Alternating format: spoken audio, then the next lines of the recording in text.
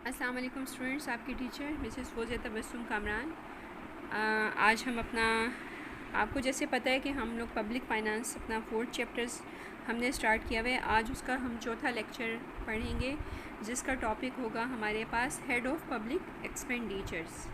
ٹھیک ہے جی، سرکاری اخراجات کی مداد۔ سرکاری اخراجات کی آمدنی تو آپ نے دیکھ لی تھی کہ وہ ریونیوز کیسے حاصل کرتے ہیں۔ اس میں 2 طرح کے ریونیوز تھے، ٹیکس اور نان ٹیکس ریونیوز، جو کہ ہم نے پڑھے ہیں۔ اب یہ کہ وہ ان کو کہاں خرچ کرتی ہے۔ مداد کا مطلب ہے کہ کون سے ہیڈز ہیں یا کون کون سے اخراجات ہیں جو وہ برداشت کرتی ہے۔ ٹھیک ہے جی، سب سے پہلے اس کو ہمارے ڈیفنس پہ جو ہے خرچ کرنا ہوتا ہے، کیونکہ یہ ہر کسی کنٹری کی ایک بڑی بیسک نیسیسٹی ہے، اور ہر کنٹری کا جو گورنمنٹ ہے اس کا یہ فرض ہے کہ وہ اپنے ملک کو بیرونی حملہ آوروں سے بچائے، ان کے جو ہے بری حرکتوں سے اور ان کی دہشت گردیوں سے وہ بچا کے رکھے۔ اس کے لیے اس کو فوج رکھنی پڑتی ہے، ہوائی فوج ہوتی ہے، بری ہوتی ہے، بحری ہوتی ہے۔ جدید جو ہیں ان کو اسلحہ لینا پڑتا ہے، جنگی ساز و سامان انہیں حاصل کرنا پڑتا ہے۔ اب تو ایٹمی ٹیکنالوجی کا زمانہ ہے، جیسے کہ اب پاکستان بھی ایٹمی ٹیکنالوجی حاصل کر چکا ہے۔ تو ان سب چیزوں کے لیے ایک بہت زیادہ رقومات کی ضرورت ہوتی ہے، جو کہ تقریباً دفاع پہ 20 سے 30% جو ہے وہ ہمارے دفاع پہ خرچ ہو جاتا ہے۔ اس کے بعد پولیس ڈپارٹمنٹ آتا ہے کہ جس طرح ہم بیرونی حملہ آوروں سے محفوظ رہنے کے لیے کوئی نہ کوئی اپنی صورتحال یا سچویشن کریٹ کرتے ہیں، اسی طرح اندرونی طور پہ بھی شہریوں کے جان و مال کی حفاظت کے لیے، ان کی عزت کے لیے، ناموس کے لیے، ان کے مال کے لیے پولیس کا محکمہ قائم کیا جاتا ہے، اور اسے جدید سہولتیں دی جاتی ہیں، اور اس کو ایک بڑا افیکٹو پارٹ آف گورنمنٹ بنایا جاتا ہے۔ کسی بھی کنٹری میں بڑا افیکٹو پارٹ سمجھا جاتا ہے، تاکہ ملک کے اندر امن و امان کی صورتحال کو برقرار رکھا جا سکے۔ تو اس پہ بھی گورنمنٹ جو ہے وہ خرچ کرتی ہے۔ پھر اس کے بعد کورٹس آ جاتے ہیں۔ کورٹس کیوں بنائے جاتے ہیں کہ جی جو ہمارے لاز ہیں ان کو وائلنٹ کیا جائے، یا پھر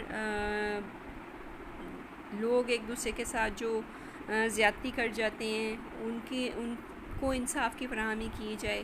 اسی طرح حکومت جو ہے وہ فوجی، سول اور پھر اسپیشل عدالتیں بھی ہوتی ہیں، ٹھیک ہے، ان پہ زیادہ، جیسے اینٹی کرپشن کی عدالت ہے، جس طرح ایف بی آر کی عدالت ہے، جس طرح یہ نیب ہے، یہ سب کی سب عدالتیں ہیں جو کہ کورٹس ہیں، ان پہ ان کو بھاری رقم خرچ کرنی پڑتی ہے ملک کا نظام چلانے کے لیے۔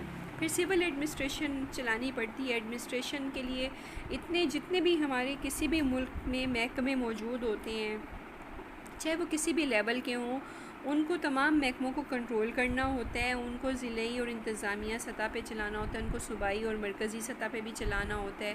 تو اس صورت میں ان کو چلانے کے لیے لوگوں کو بھی جو ہے وہ آپ کہیں کہ کیا جاتا ہے، ہائر کیا جاتا ہے۔ ان کے جتنے بھی اخراجات ہوتے ہیں وہ سب پھر گورنمنٹ کو برداشت کرنے پڑتے ہیں، اور یہاں پر بھی گورنمنٹ کو خرچ کرنا پڑتا ہے۔ پھر پبلک ہیلتھ کے لیے یہ گورنمنٹ کا ایک بنیادی فرض ہے، بیسک اس کے اوپر رائٹ ہے کہ ہمارا کہ گورنمنٹ جو ہے وہ ہمارے لیے یا اپنے عوام کے لیے، اپنے میسز کے لیے جو ہے ڈسپنسریز، ہاسپٹلز قائم کرے۔ پھر ہاسپٹل صرف قائم کرنا ہی نہیں، ان کو چلانا، ڈاکٹرز کا موجود ہونا، وہاں پر مشینریز کا موجود ہونا، پیرامیڈکس موجود ہونا، انسٹرومنٹس موجود ہونا، یہ سب کچھ ان پہ بھی بھاری اخراجات جو ہیں وہ آتے ہیں۔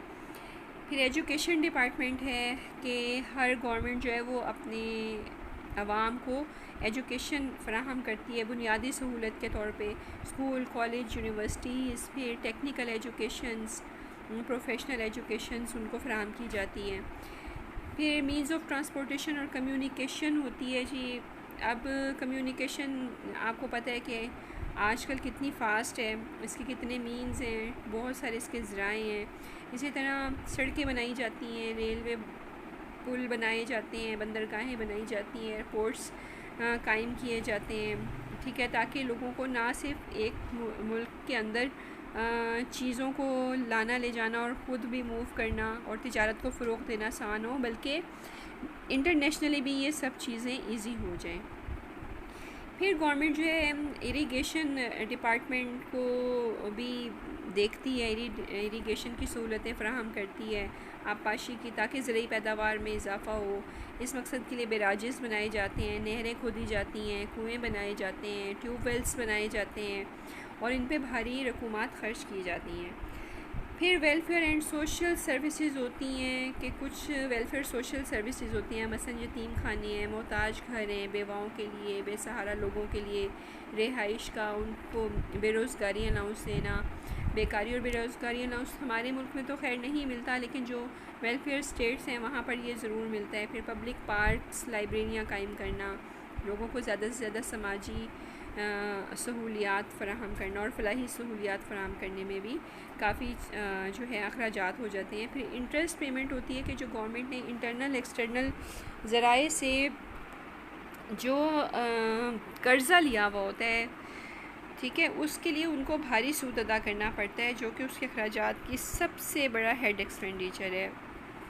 ٹھیک ہے جی اسٹوڈنٹس، انشاءاللہ نیکسٹ ہم پھر کل اپنا اگلا ٹاپک سٹارٹ کریں گے۔ امید ہے کہ آپ کو یہ سمجھ آ گیا ہوگا۔ انشاءاللہ کل ملتے ہیں۔ اوکے جی اسٹوڈنٹس، اللہ حافظ۔